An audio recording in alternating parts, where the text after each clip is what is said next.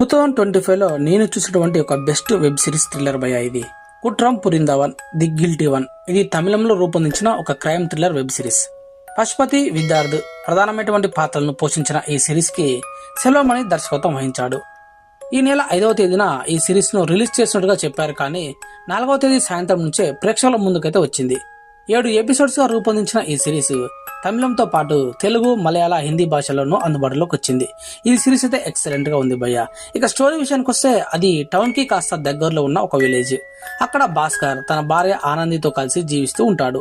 Town లో ఉన్నటువంటి హాస్పిటల్లో అతను ఫార్మసిస్ట్ గా పనిచేస్తూ ఉంటాడు. ఇక కూతురు సెల్వి చనిపోయిన కారణంగా మనవడు రాహుల్ ఆలనా పాలన భాస్కర్ దంపతులు చూసుకుంటూ ఉంటారు. ఇక రాహుల్ మెదడుకు సంబంధించిన ఒక వ్యాధితో బాధపడుతూ ఉంటాడు. కొన్ని రోజుల్లో తాను రిటైర్ అవుతాడు కనుక వచ్చిన డబ్బుతో మనవడికి సర్జరీ చేయించాలనే ఉద్దేశంతో భాస్కర్ అయితే ఉంటాడు. ఇక భాస్కర్ నివసించే అద్దె ఇంట్లోనే పక్క పోర్షన్ లో ఏస్టర్ దంపతులు కూడా నివసిస్తూ ఉంటారు. ఏస్తేర్ భర్త సల్మాన్ ఓ తాగుబోతు. దాంతో 12 ఏళ్ల కూతురు మెర్సీ బాగోగులు ఏస్తేరే చూసుకుంటూ ఉంటుంది. ఆ ఊళ్ళో అమ్మవారి జాతర కావడంతో అంతా హడావిడిగా ఉంటుంది. ఆ సమయంలోనే అనుమానాస్పద స్థితిలో ఏస్తేర్ భర్త సల్మాన్ అయితే చనిపోతాడు. ఇక ఏస్తేర్ కూతురు మెర్సీ కనిపించకుండా పోతుంది. దాంతో పోలీసులు రంగంలోకి దిగుతారు. ఈ కేసును ఛేదించే టీంలో పనిచేయాలని కానిస్టేబుల్ గౌతమ్ కి ఉంటుంది. కానీ కొన్ని కారణాల వల్ల అతను పోలీస్ జీప్ డ్రైవ్ చేయడానికి మాత్రమే పరిమితం అవుతాడు.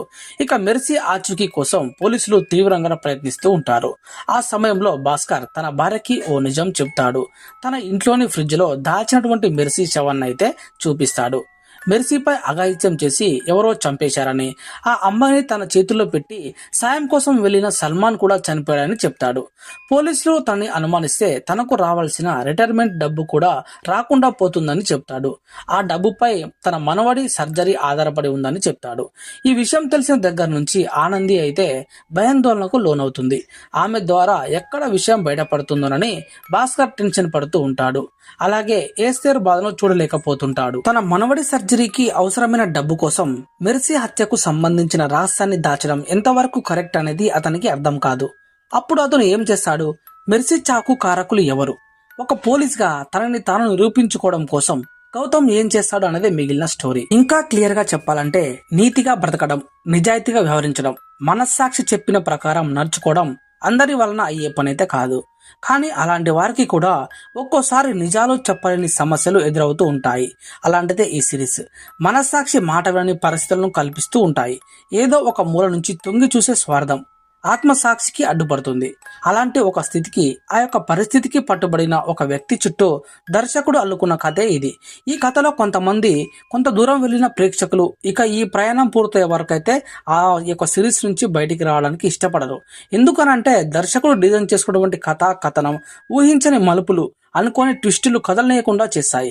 నేరం చేసిన వాడు, అతని కారణంగా బలైపోయిన కుటుంబం, పోలీసులు ఈ కథలో కీలకమైన స్థానాల్లో కనిపిస్తారు.